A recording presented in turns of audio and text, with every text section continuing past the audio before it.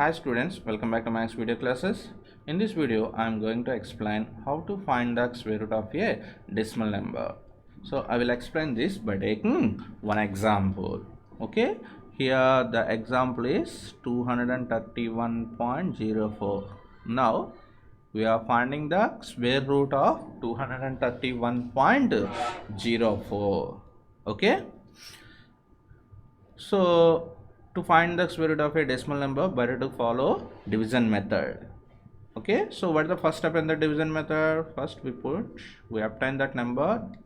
That number is 231.04, and we know that every decimal number has two parts. One is integral part and another one is decimal part. Okay, so when you come to the second step in the division method, in the second step we place the bars on the pair of digits. Okay, but in this decimal number we have two parts, integral parts and decimal parts. So that's why we put that bars in the integral part and on the decimal part separately, don't combine them. Okay, so integral part we put the bars as usual. How you place the bars in your whole number, in the same manner here also we place the bars. So in the whole number we place the bars from the right side, that means from the units place we take two pair of digits. Okay, so here what the digit in units place, that is 1. So from this one we place the bars as usual. So 3 1 comes one pair and 2 is a single number, it is a single digit, it has no pair. Okay, so in the same manner we place the bars in the decimal part also. Okay, but when you place the bars on the decimal part, we start from the first digit on the decimal part. Here what is the first digit in the decimal part? 0 is the first digit in the decimal part. So from this 0 we take the pair of digits. So 0 4, it comes one pair. And here you remember one most important point, that is in case in the decimal part if you have odd number of digits, for example if the given number comes like this 23.104, so in the whole number part we have two digits, we take the two digits as a single pair, that means it is a period.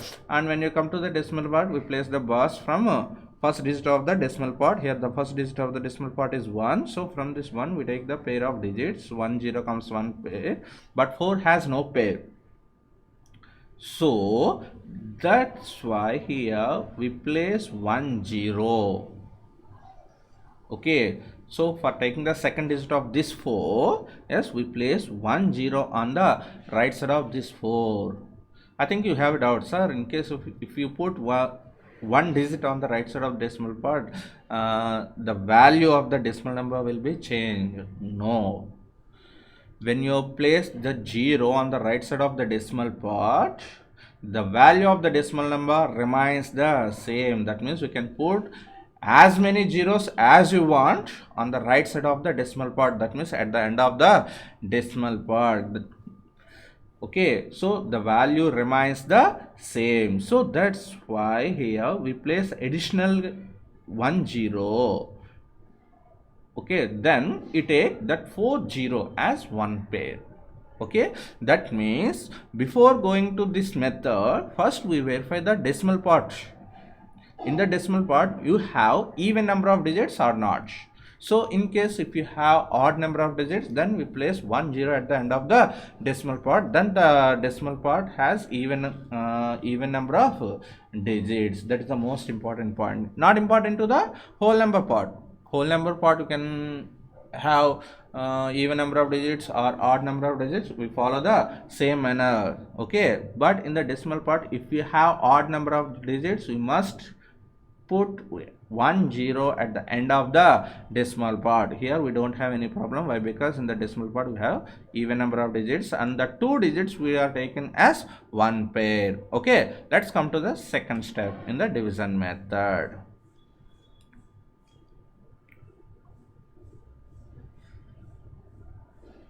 We draw one horizontal line and one vertical line.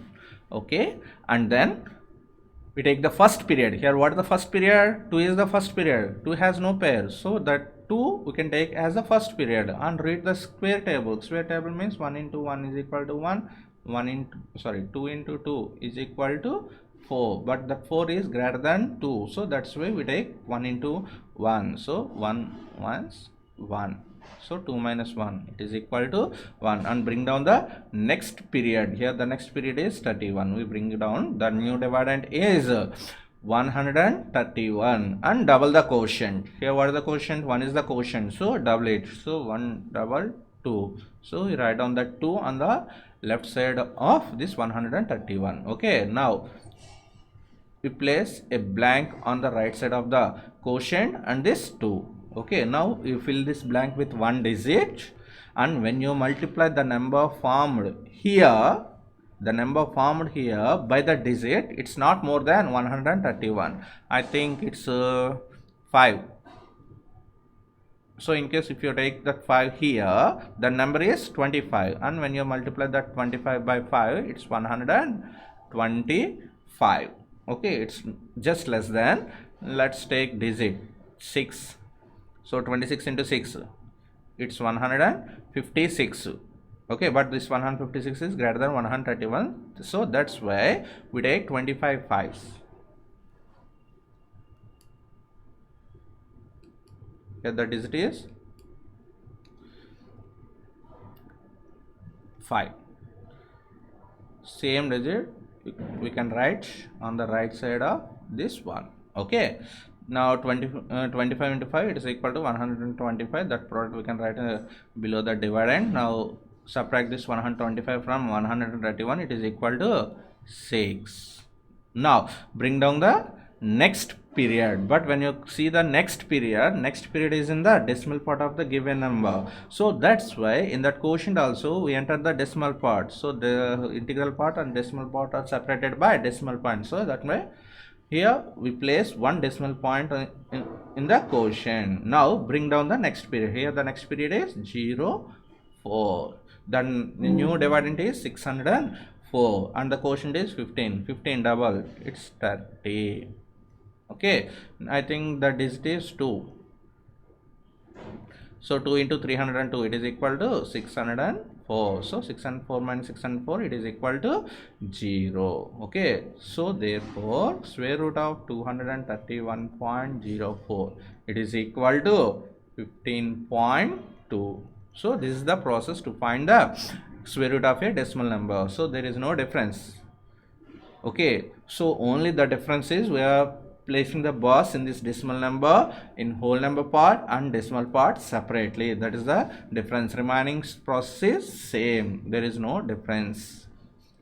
To find the square root of a whole number, to find the square root of a decimal number. Okay, is it clear?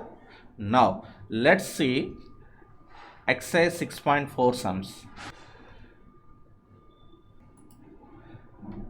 First question, find the square root of each of the following numbers by division method. In the following some numbers are given, you find the square root of these numbers by division method. I think already you done. Okay, let's come to the second question. Find the number of digits in the square root of each of the following numbers without any calculation. Without finding the square root of the given number, just you estimate that number has how many digits. That means when you find the square root of 64, how many digits we have? If you find the square root of 144, how many digits you have? If you find the square root of 4489, how many digits you have? I think biologically you can easily find it. Okay, let's come to the third question. Find the square root of the following decimal numbers. Here some decimal numbers are given. You find the square root of these decimal numbers. Okay, just now I explained. Apply that method and find the square root of these decimal numbers. Okay, let's come to the fourth question.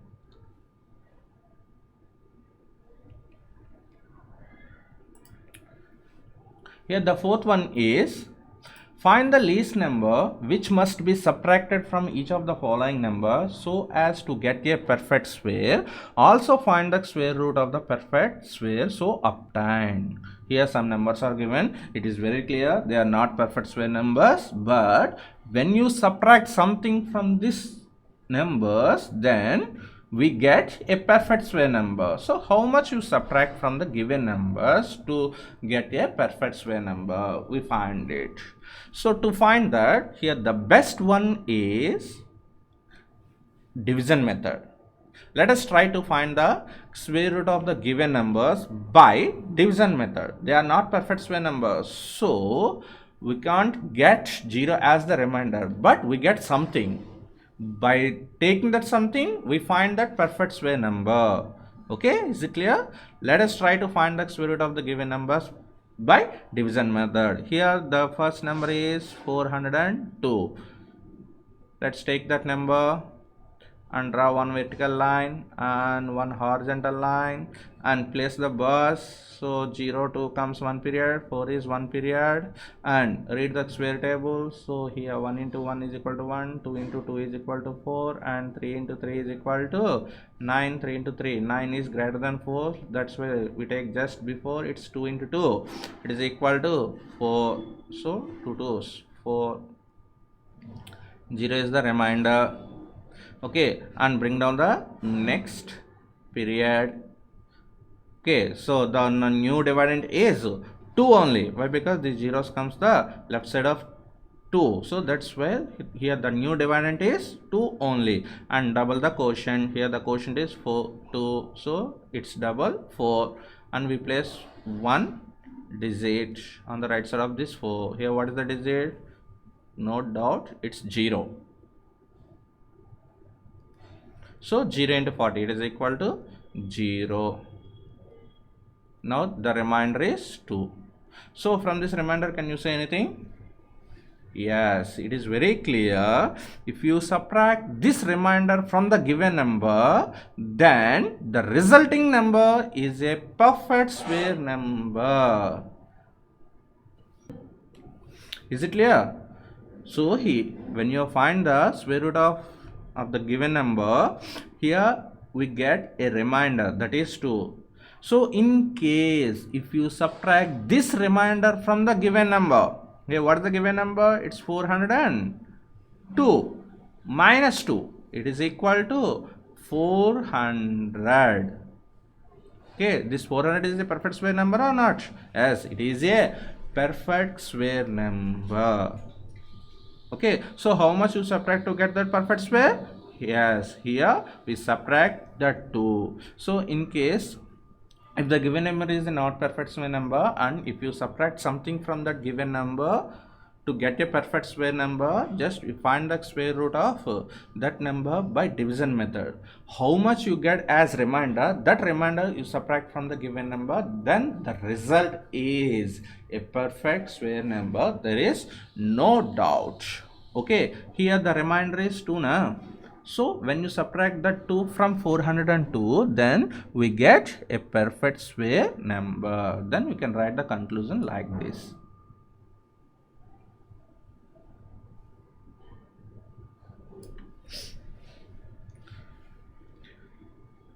Here the remainder is 2. Here the remainder is equal to 2. So therefore 2 must be subtracted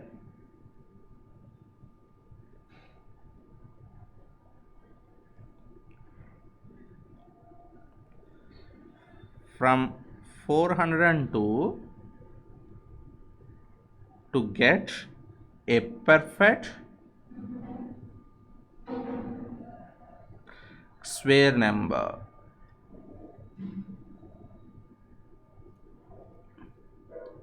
So in case when you subtract the 2 from 402, 400, therefore 402 minus 2, it is equal to 400. Now the square root of 400, it is equal to 20.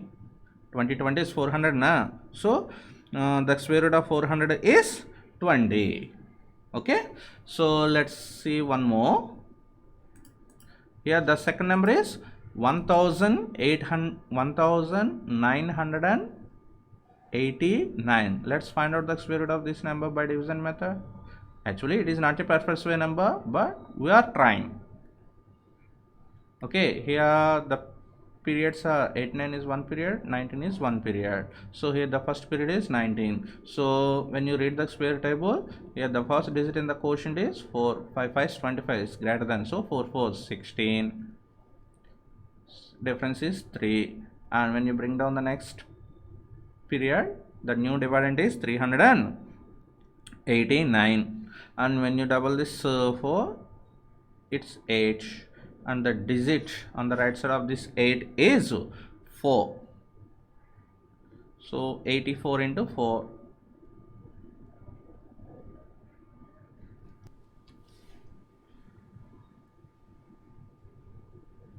It's 336. So 336. So 389 minus 336, it is equal to 53. So this is the remainder. 53 is the remainder. That means when you subtract this 53 from 1989, then we get a perfect square number. Let's see. Here the remainder is 53. So therefore 53 must be subtracted. 53 must be subtracted from 1989 to get a perfect square. So therefore 1989 minus 53, it is equal to 1936. Okay, so if you find the square root of 1936,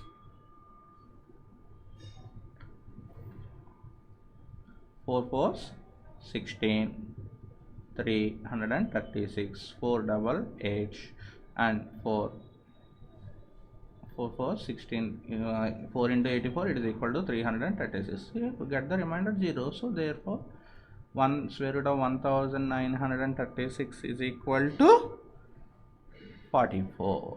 Okay, so this is the fourth question. And when you come to the next one, find the least number which must be added to each of the following numbers so as to get a perfect square. Also find the square root of the perfect square so obtained. Okay, so in the last question you subtract something. Now if you add something to the given number, then you get a perfect square number. We find that number. Okay, so here also we follow the same process. First we find the square root of the given number by division method. Okay, let us try to find the square root of the given first number. Here the first number is 525.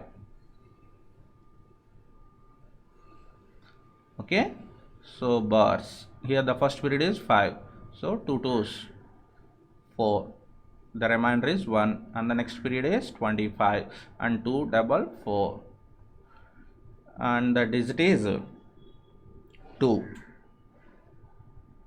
So 42 into 2, it is equal to 84, and when you subtract this 84 from 125, it is equal to 41.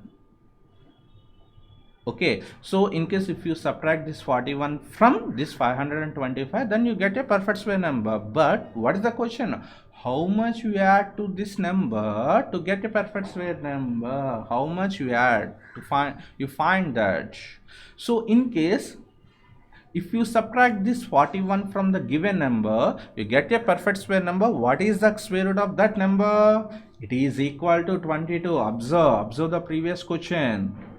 Observe the previous question. In case if you subtract this 53 from the given number, you get a number, and the square root of that number is, it is equal to the quotient. It is equal to the quotient in that division method. So 1936 is the square root of 1936 is equal to 44. So here also when you subtract this 41 from 525, you get a perfect square number, and when you find the square root of that number, then you get 32. But here what we want, how much you add to the given number. So you add means the resulting number is greater than 525 na. Greater than 525 na. That means this 525 lies between the square of this 22 and the next number is 23. That means this 525 is lies between 22 square and 23 square. Why? Because if you subtract this 41, yes, we get a perfect square number with the square root 22, and the next perfect square number is it's 23 square. Okay, so what is the 23 square? It is equal to 529. Okay, 22 square, it is equal to 484. That means this 525 is lies between 484 and 529. Okay, so to get this 484, then you subtract this 41 from 525. Then you get this perfect square. Next perfect square number is 521. To get this 529, how much you add to this 525? Yes, 4 is added to this 525, then you get 529. So how much you add to this 525 to get that 529? Yes, 4. Okay, since the remainder is 41. Okay, it is not important. The remainder is not important here. The important is quotient. That means this 525 is nearer to the square of this 22 square. So therefore this 22 square value is less than 525. So 22 square value is a perfect square number. What is the next perfect square number? It's 23 squares. So next perfect square number is 23 square. It is equal to 529. Hence number to be added is equal to, so to get this 529, how much you add to this 525? Yes, you subtract that 525 from 529, it is equal to 4. So 4 is added to this 525, then you get a perfect square number. Okay, so therefore 525 plus 4, it is equal to 529, and this 529 is the square of 23. So therefore square root of 529 is equal to 23. So this is the answer. Okay, so in the same way, let us do the next one.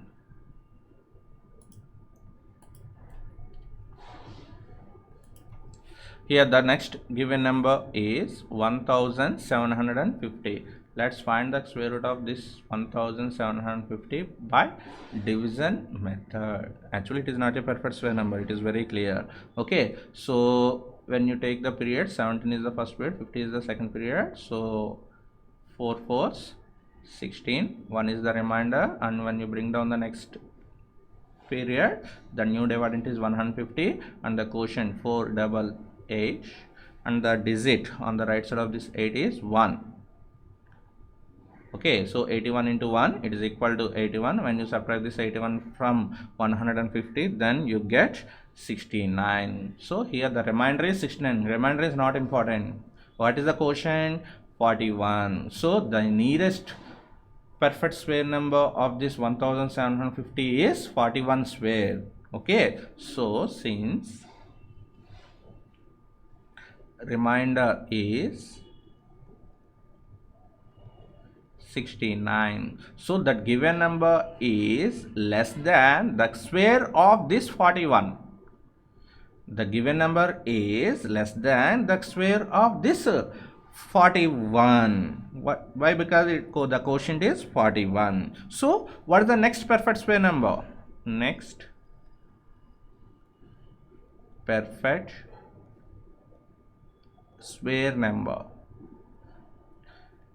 is 41 square. Next perfect square number is 42 square. So it is equal to 1764. So to get this 1764, how much you add to this 1750?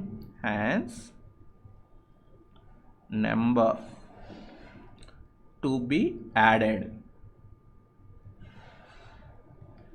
is equal to 1764 minus 1750. So it is equal to 14. Okay, so therefore 1750 plus 14, it is equal to 1764, and the square root of 1764, it is equal to 42. Okay, so this is the fifth one. Okay, so in the fourth question, how much you subtract to get a perfect square number? In the fifth question, how much you add to get a perfect square number? The given two numbers are, sorry, in the given two questions, the given numbers are not perfect square numbers, but if you add something or if you subtract something from the given number, then we get a perfect square number. So how much you add, how much you subtract, we find like this. So how much you subtract? Just you subtract the remainder from the given number. So if you want the how much you add, then we take the next perfect square number. By taking that next perfect square number, we decide how much we add to the given number to get a perfect square number. Okay, so let's stop here. Remaining we will continue in the next video. Thank you for watching. Bye.